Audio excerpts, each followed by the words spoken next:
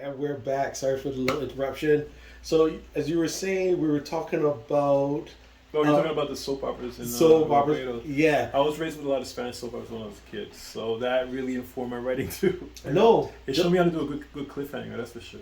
Well, I used to talk to some um, this young lady from Sweden, and they tell me this. I did not know this. Did you know that in those countries in Europe, a lot of those like Telemundo soap operas are showed Mhm. over there? Yeah, So and all the Korean dramas are very popular over there too. All yeah, over the place.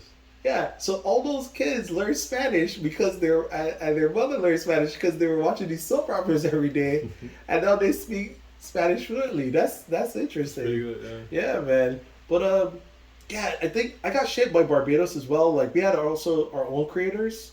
Like some of my associates, I have friends here that work in the industry here in America that are from Barbados, Mhm. and they do pretty well. But they do very more like Rastafarian, Afrocentric kind of characters as Right. well. Me again grew up very diverse and just had friends from all over. Mhm. So my characters are mostly I like to do a lot of interracial characters Right. because I just realized like that's just where we're headed, and because after a while you probably got like five different like genetic makeups that you Yeah. after you hit a certain point. Yes, you can write anybody. Yeah, That's so good. like one of my characters that I'm working on, he's Chinese Jamaican, There and you I go. and I That's a just big thing in the Caribbean, right? yeah, and a lot of people because a lot of people don't know. Like I remember I met this one of my we just did a event recently, Mhm. and one of our the people that approached the table, she was telling me her roommate is Chinese Jamaican, and she didn't know that until like she said something and her friend got mad, and she Just take curse, yeah. the accent come out, and she's like, oh, okay, yeah. So yeah, I just wanted to tell that story because it's such an interesting tale. But yeah, what's you was telling me about your horror movies, your cat. What's your serious one? What's the one that you like I like the horn thing and stuff. the haunted? When I was a teenager, the big splatty, big Yeah. one that was kind of serious was Dawn of the Dead, the first one. Yeah, That was like amazing. Romero really hit something there. Yeah, that was like amazing. yeah. I don't think anyone had ever done something like that before. Even that remake, Mm-hmm. the remake was good, but it was kind of very commercial. It felt like it was good. It was good because Yeah. I know that people like the director, and I don't want to get on their bad side. No, no, But, no. Romero's king, man. Romero is king. He was. Yeah. Well, rest in peace. But he definitely he paved the way for the horror genre. He tried, yeah. Well, I mean, he did a great job. I mean, like I realize as they get older, But it's like The Walking Dead totally copied that, and like he should got royalties from that shit because Well- it was like basically he created that entire universe, well and then anyone else copied that universe from him. 50-50 because zombies been around for a long time. No, but zombies were before Romero. Yeah, Zombies were the Zulu ones, yeah, and they were like slaves. Basically. Right, They didn't right. really eat people. right. The first one that ate people were the ones from that movie, Dawn of the Dead, like in the Mm. '60s. So he created that whole genre of the dead coming back to life. and Maybe eating he people. did get the credit. Maybe he did get credit, but knowing people, like there's certain things that just like are public domain now, and that's the other thing too. Like, But I don't think the movie was old enough to be public domain yet. Like his no, story. not the movie, not the movie. I just mean the whole thing of a zombie. I know. I'm just Like- like sensitive about him. 'Cause I yeah. think he should have been he should have been cut of all those any zombie movies in America. That was made Did into he that make shit. money off the Living Dead? Remember, he wanted to do the Dead series, and then they took the Night of the Living Dead and made like 2 or 3, 4 more movies. Remember those? He did Day of the Dead. He did Dawn of the Dead. But then remember there was Living Dead. Remember the Night of the Living Dead, Night of the Living Dead 2, Night of the Living Dead 3 with the guy and the girl. He made the remakes were he got money from that. Yeah. Yeah, He yeah. was, So he did pretty well, and then also he did. No. I didn't say he did amazingly well. I just say like when it came, I'd say like maybe 2000s. I think they should just write some kind of like in the beginning, like the credit, right? Mm-hmm. Because the cartoonists who did those stories, they were basically the Night of the Living Dead, and a lot of comic book people have done that before. Yeah. Like they did one in England. It's not Yeah, in yeah. England. Mm. There was like short stories done. Stephen King did a short story Yeah. in a compilation, Yeah. and they all gave The credit to the nod to but that in it's particular kinda- they give the nod. Well, I see two people that don't get the credit they deserve. Is I think he's one, and then there's Carpenter. they hated Carpenter so much in those eras. Remember, like he came up with all these dope movies, and they're loved now. Right. But people. Well, who came first? Was it Texas Chainsaw or was it Halloween? Because they kind of blended after a while. I think they were they came out at the same time, but one came out before the next. And Friday the 13th came after, right? Yeah, with the mom, with his Jason's mom. Remember? Yeah. Jason's mom. Well, the first one, right? The first one was Jason's mom. Yeah. But So, that whole idea. Yeah, but that's when the camp era started beginning too. Because after that, So the genre started back then. yeah, but then Romero was doing stuff that was so left field, but it was good horror still. Yeah. But that was before any of those. Yeah, that's what I'm saying. Like yeah. Christine, he made Christine. He was the one behind Christine. Carpenter, yeah. Yeah. He made The Fog. People didn't like that. The Thing was hated. He was making some movies. He was making. Oh my God, Assault on Precinct 13. Yeah. He's the guy that started a lot of those genres. That was crazy. Man. That movie. Yeah, man. It's oh so my racist. God. Oh, You dude. know? But yeah, but it was so enjoyable. yeah, it was just like the gang scene, all that Right. stuff. Oh my God. Yeah. Like, and he keeps trying. Like my favorite horror movie is his Vampires.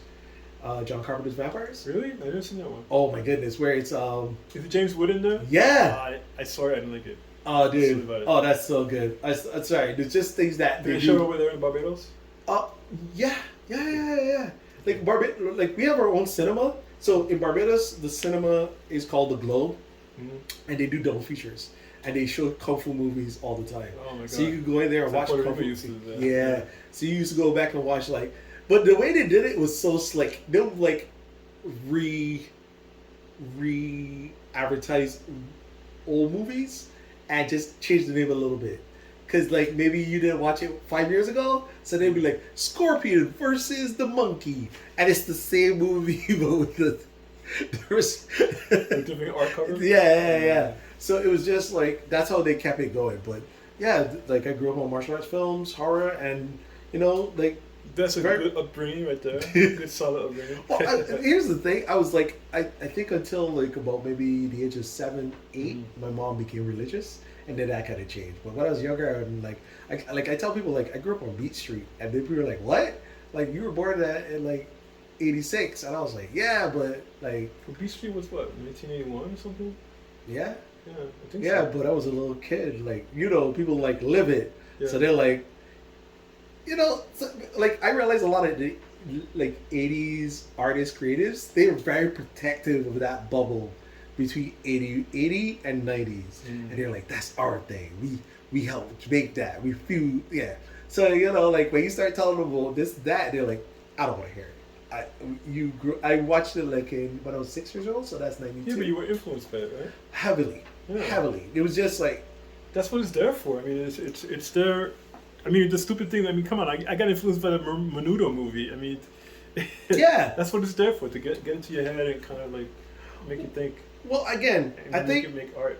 Yeah, that's the thing too. But again, I think when I meet artists of certain generations, like especially if they're like the '80s, where they're like teenage or early adult years, it's a very protective bubble of like. Yeah, we used to do that. We used to have house parties and this, that, and it's. You're talking about.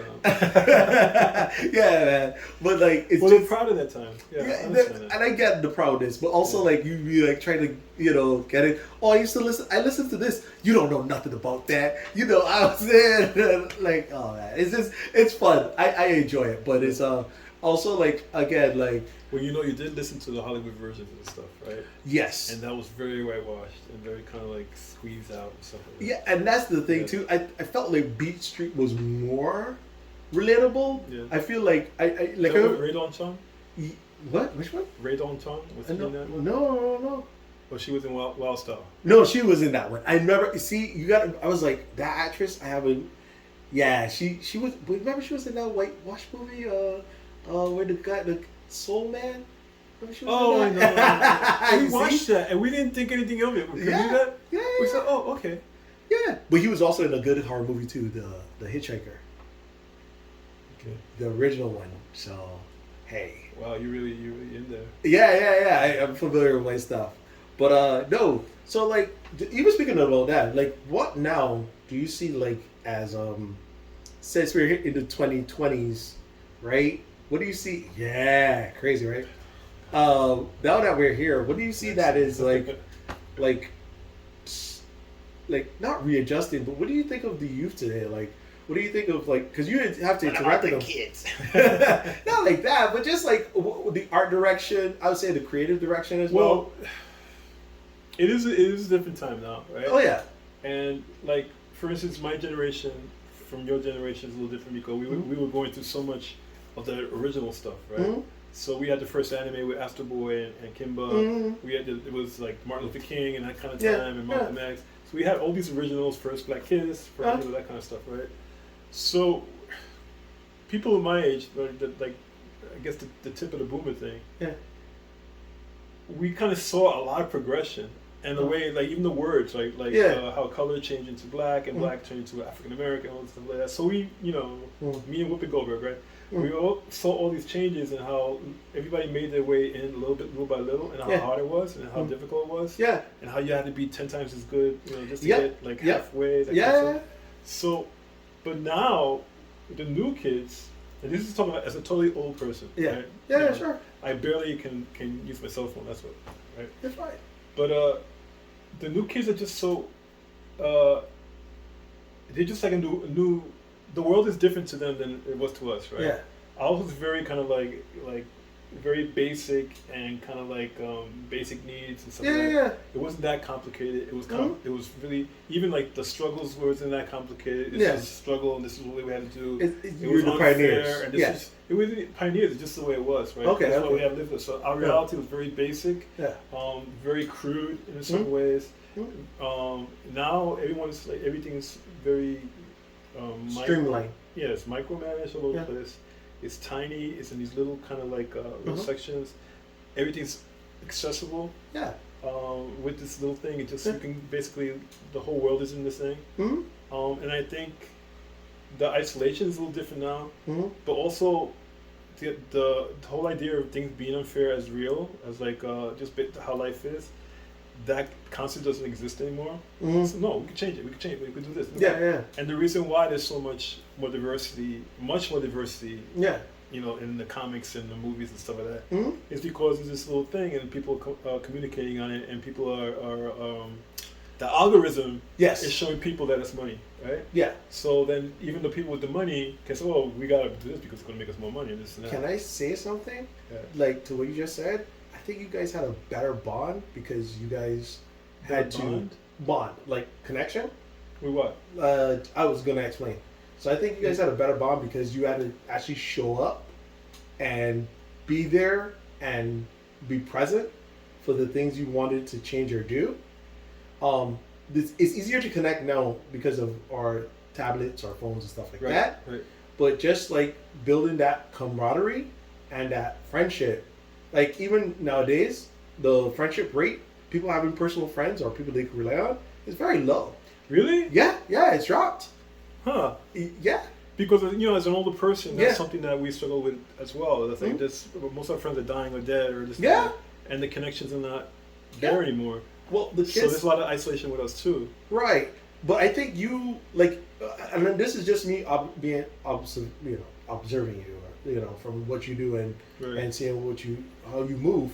You spend more time with people than most young people do in real life with a friend. It's actually because this little object lets you be heard without having to go not far, but just like you don't have to travel to be heard. You don't like before you would have to you and this guy would just come meet downtown. we go and speak in front of everybody. Go to movies together. Yeah. Now everything is like over the internet, and what happens is like you guys are isolated. Yeah, and we're more relatable than you think, and like a lot of people are like, I don't know about relatable. No. I know. No. You guys have things that we will never have. Like I think like a bit of grit. Like you got like grit is a like you guys were able to build some grit. I think, but you guys have a different kind of grit. And and I'm only thinking of the kids even younger than you, right? Yeah. That's what you're established where you are now. You're like you're like how old are you now? I'm now 37. Yeah. You're kind of like you're an adult. You've been there. You've built it for a while. The new kids right now, they just seem so, and they are isolated. But it seems to a lot of them that doesn't matter, because even the loners will find a community online, and that's where the trouble is, right? Right, and their own kind of version of reality is going to be the version of reality. But that's happening with everybody, right? And again, it's just that's why I talk about the bond. That's why I use that thing.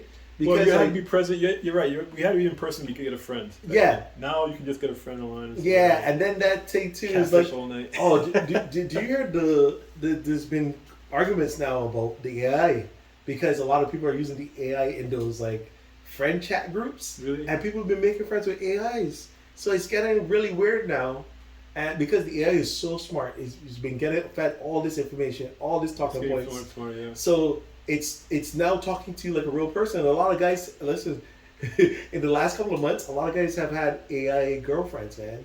These guys. So which has been predicted, right? Right. It was gonna go that way, yeah. But it's kind of a little too like when art finally catch up. Well, what reality catch up with art is a little bit scary. Like just a little bit, but like it's more sad than scary. Yeah, that's what. Yeah. But I will say that the people who are lonely and the loners, like for instance, the people who didn't fit. Yeah. Right? Like I was a person who didn't fit. Even when I was a kid in my neighborhood, I didn't fit in the industry. I didn't fit, right? Yeah. So when you're an outsider artist, you actually you do things that are like groundbreaking because no one else is doing them, and you don't think you don't have enough connection with other people to know that you're not supposed to do it. So that's how you break that ground and break that little glass thing, right? But I think the new kids now, even the kids who are isolated, they're doing their own kind of thing, and they're coming up with this new different little arts and stuff like that. Well, I like one of the outcomes of this generation, I think, is webtoons, where it's the scrolling art, which is like really brilliant. Like you can sit down and make a long form comic book, without any issues, and post it up, and people will read it. And you can do your old work and just format it that way. Yeah. So I think it's brilliant seeing something like that come out of this generation. Yeah. But like I said, I guess because I'm caught in between, I think the term is Zennial. So I grew up I'm not millennial and I'm not Gen X, but I have the fundamentals of both. So when I hit a certain age, I did use the internet to escape real life. But also I'm a latchkey kid. I'm accustomed to doing certain things by myself. I know how to move. I had to go there and build bonds. I used to play like sports with friends out there.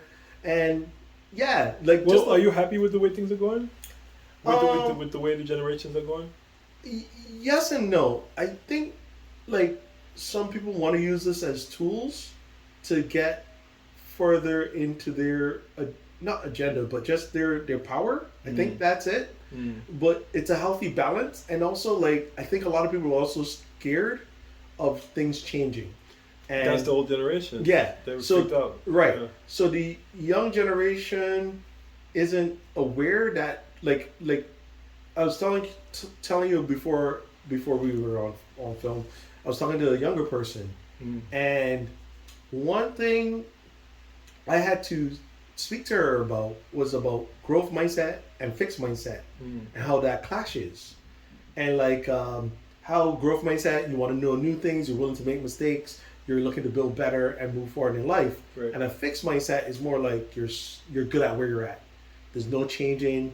You'll have the same friends from all the years ago. Right. You ain't gonna move from where you live. You're not gonna travel too much. You are stuck where you're stuck, and that is a really difficult thing to deal with, especially when you have a growth mindset, and most young people do, right? They want to know more. They want to fix more. They want more opportunities, right? But then they're sitting down in their community like, how comes these kids over here get this stuff and we can't get this stuff? And that's the fixed mindset. And I was explaining to them, you got to fight that. How do you fight against a fixed mindset? And I'm not saying everyone is like that. No. Yeah. I hear what you're saying. Yeah. But how do you fix that? How do you fight against that or push against that? And not only that, who benefits from the situation staying the same? How do you beat them? Like right now, and I believe in the school system, I think most people here in New York City are stuck at a 4th grade reading level, I believe.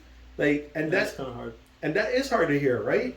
But then there's organizations that benefit off of those kids being stuck there. Right. And when you have a big organization getting grants that are donating thousands and thousands and thousands of dollars to them, and you come and you're maybe a individual or maybe a group of people that can't really get funded because you're going to push against that funding that the other people are going to get. You're going to improve reading levels. Yeah. Hey, man, we're going to improve reading levels. Whoa, what are you doing? Like the correctional facility right now. Yeah. Hey, man, we're going to teach these kids a trade. Whoa, what do you want? We want them to go to a specific place to spend lots of money and be right, and get into debt, and then by the time they hit 30 or 40, they're still in debt and they can't get out of the situation. We're just in a weird time like that, and it's really hard to. And again, well, people are being creative now. And that's another thing that the kids are learning in this isolation. Right. They're finding new ways to exist and to move forward. But even that, people are still trying to regulate. Look at YouTube, right? People are trying to regulate. Right. but look at YouTube. Let's use YouTube as an example. Or TikTok, right? The like a lot of people didn't read that bill that passed for TikTok, but that regulates a lot more than just TikTok. So like now but they didn't pass it, right? I'm not too sure. I know it's like still in like they had that little meeting, but not meeting. They had the the little talk with the TikTok. Yeah. But even so, YouTube is regulating you. Do you know on YouTube, I think for the first 5 minutes you can't curse, you can't say certain words, you can't say anything about a certain situation that people went through. With TikTok. Yeah. So, but they're going around that by using euphemisms. Is there anything that I usually ask people for a quote or saying something to inspire the youth? And it doesn't have to be anything to inspire deep. you. Yeah, the newcomers, you know. Me. Yeah, or even if you inspired you, it could be somebody could grab something from it. I don't think I have any kind of like phrases or words like that. No problem. That's fine. Or any particular quotes. That's great. That's okay. It's weird because my memory's so bad. that's all good, man. But like, I know that like we were talking about the generation where they're going. I think no matter what, we can't control that. True. And every generation goes through that, but this generation in particular is going through so much change just with this and so much like personal knowledge power. Yeah. That it's going to mutate them into something that I hope is positive. I really do too. I mean, like, I'm a part of. I'm still stuck in this generation as well, and I have to interact with them. Yeah. I'm just saying, like, I think this is the greatest. Sorry, I'm grabbing the phone if you guys says I'm off the screen, but this is the greatest and the most detrimental thing we've. Oh, I know. Ever had in our lives. My partner can't get off the phone. He's like on the phone constantly. Everyone's like, I'm addicted to the phone, right? Oh, you got to catch yourself. Like you got to catch yourself, but it's. I think it's just part of the evolution, and everyone has to kind of like make their peace with the phone and where they're at in their lives. And stuff. Yeah. What is it going to do? Is it going to be Are you going to be? Is it your vice, or is it going to be the tool that you need to get through life? And it's not. It's like it's a vice. We look at the phone too much. Yeah. That is a vice, but it's not. You're not drinking and you're not like shooting up. Hey man, porn is just as bad, man. So you got a phone and you porn. I wasn't even thinking about porn. Yeah, man. Like I just letting you know, like people do that. I see people on the train sometimes and be like, whoa. Looking at porn on the train. That's good. It's kind of rude. Hey man, some people just sometimes people again. We live in New York City, so people the trains are some people's homes too. Right. They just sometimes people don't care either. It is feeding a lot of parts of our brain, isn't it? Yeah. Yo, think about this. Like, also, like, just before we go. So think about you as a young creator, and you're seeing people, I just painted this painting, or I did this wall, and I made this much money. And you're seeing that every time you go on TikTok, Instagram, or YouTube. What is your algorithm? my algorithm is pretty interesting. Is it like that? You get a lot of those people on there? Not really. I more do like the stuff. I like to learn. I see YouTube as a university. Yeah, I like to learn too. So I go to like Proco and all these different artists. Like my favorite thing to watch is when I see other artists break down how professional artists or people who are big on the internet do their art. So they'll be like, okay, I got to figure out how they did this because that's how you do it as well. Right.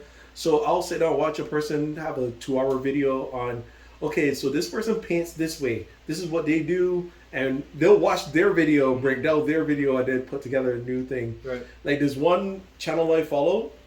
They do it on all 4 operation systems. So they do it on Clip Studio, Illustrator, Procreate, and then like maybe 1 or 2 other indie ones that people might use. And Medibang. Yeah. So he will be like breaking down how this person colors on each like they'll mainly use maybe Illustrator or Procreate, but then he'll show you how to do it on the other programs if you don't have the other ones. That's good. So like I like stuff like that. Yeah. But then I also do get, because the algorithm sends you stuff too, I'll get the artist that I just did this much. This is my video, and I just did 100 cans, and each can is cost this much. And I'm like, Jesus Lord! If I'm a young artist and I see somebody doing 100 art, spray cans, so they'll do art on the spray can, empty spray cans, and you see that for like, oh my God! Like this guy's you don't know how long it took him, but you see a 40-minute video. Right. That's your mind changes. I remember I had this young kid I was training one time,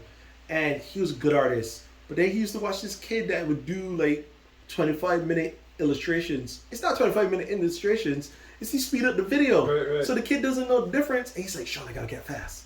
It's like, no, you gotta learn to like. No, you do have to get a little bit fast too. But you have to learn the skill first. Yeah. And like, I'm actually enjoying like on my TikTok, not on my TikTok, on my Instagram. I'm getting a lot of these ads for like the vinyl press on, because I have a heat press at home. I never used it, so I was like, oh, you know what? That's an option. Also, you have to be careful because this thing is listening to you too. Right. So it's gonna send me more ads. Yeah. So all this conversation. I have Alexa, and she sets me up with that too. It's on my Amazon. Yeah, I gotta be careful. You see, so it's like we have to be careful. Yeah. But even But look, I think we're in a good time. I think we're in the best time we've ever been into. I just saw a few creators sit down, create their own websites, use different platforms, sit down like big name celebrities putting out comic books, and everybody can do it. Yeah. It's just like also and this is one thing I'll definitely tell kids, it's timing and luck. Sometimes you might have the best product and timing and luck don't work out for you.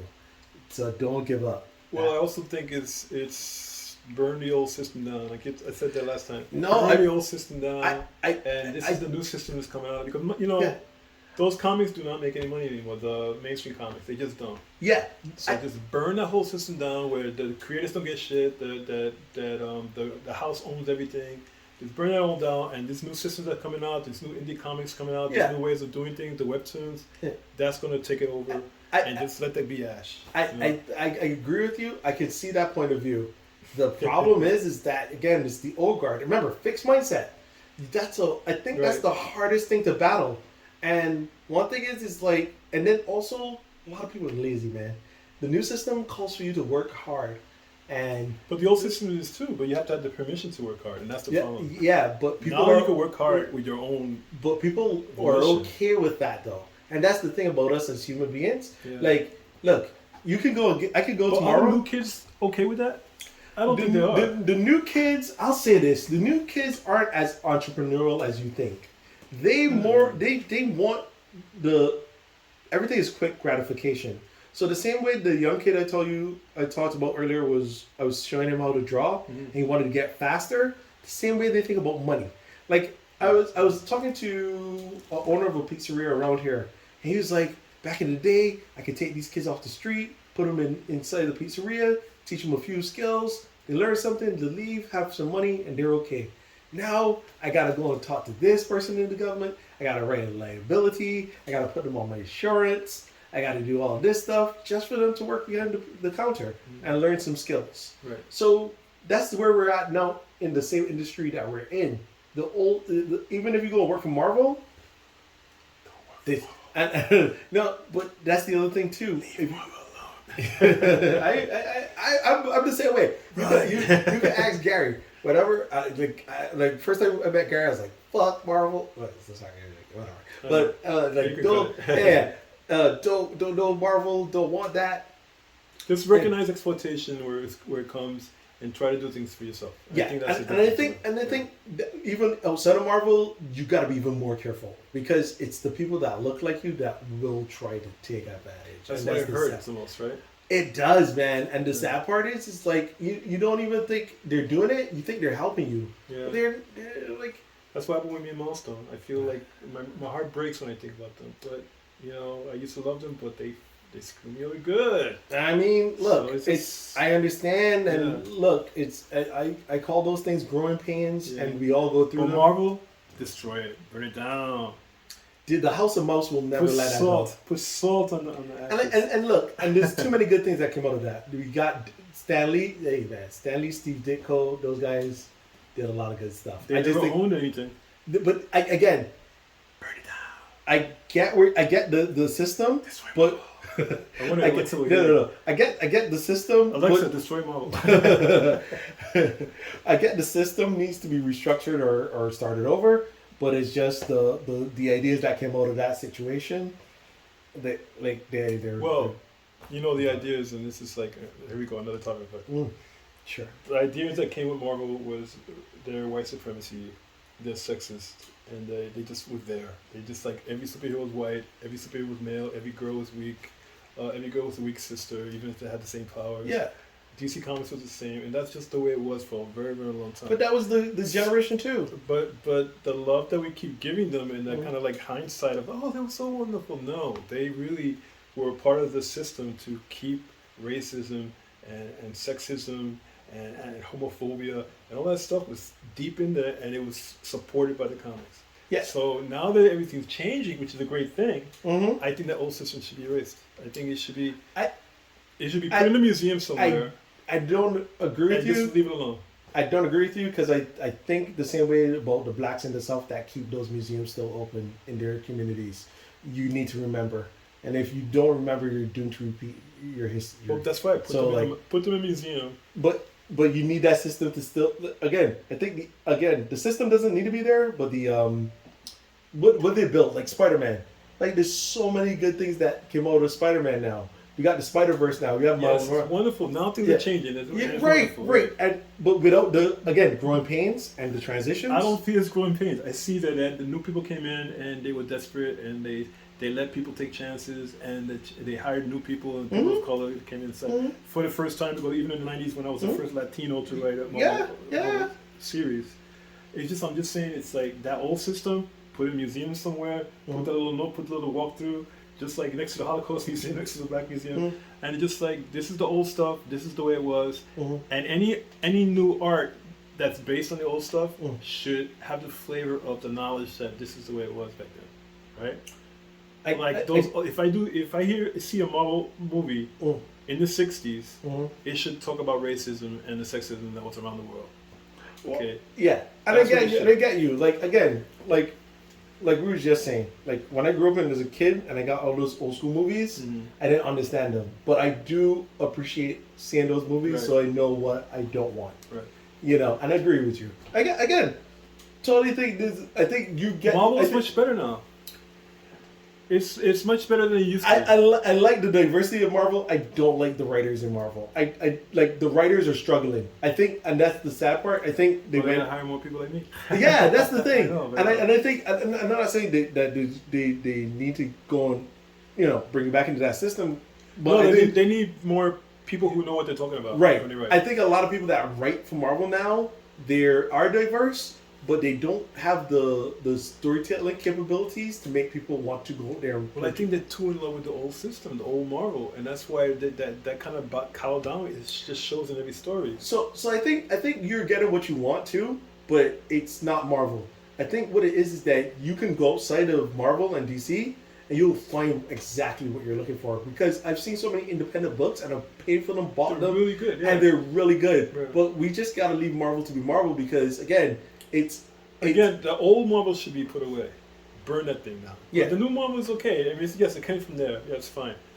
And I know it's like kind of like very average, right? Yeah. Marvel's comic movies, so they're always very average. They always sort of like. They were good. I would tell you this. They were good. They were Marvel movies. Yeah. Which were versions of the comic books. Right. Right. They were good. But I think what it is now is that mediocrity does kick in after a while. Like when you get too comfortable, it's like you've been married for a while, right? You know, there's a part where you just like you know, you love each other, but there's not that like that first year like yeah. So that happens. But again, I totally see your point of view, and again, I think I think you've gotten what you wanted. And it's just maybe you're not seeing it blatantly in your face. Because I'm telling you, when you go to the internet, Marvel isn't really a big talking point as much as it was before in comic books. And then also there's so many other comic book companies that's out there, but the indie scene is booming so crazy. It's doing a lot, and streaming is helping it too. Yeah, like you could go on Twitch tomorrow and watch somebody build their comic book from scratch.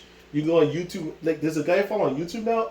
He's putting out a page every day of what his comic book is going to be. So he shows you the rough sketch, the layouts, and everything. And I just sit down and watch that from time to time and just watch some good creators on there. Yeah. So you have the wealth of information and people willing to own their own products now.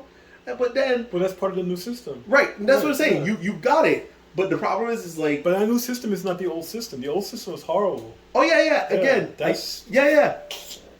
Yeah, that's what I'm saying. Yeah. Remember, the whole thing I'm saying with you is like you got exactly what you're asking for. It's just that you're asking for the fixed mindset. You got the growth mindset.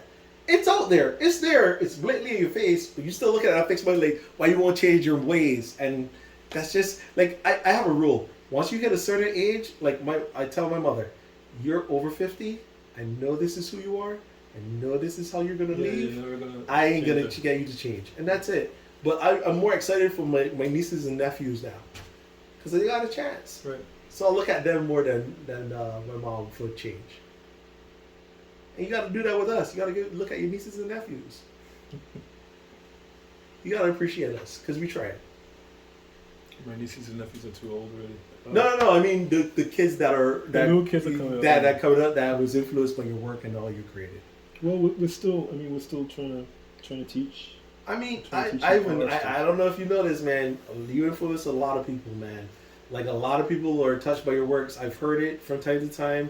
Thank you know, Tales from the Closet. I hear a lot of LGBT members. Older folks, yeah. Yeah, not older folks too, but younger. Well, he's not out there anymore. Yeah, but you gotta remember, like I'm 37, so people that in between 35 to 40 and plus, they've changed their ways because of that book too.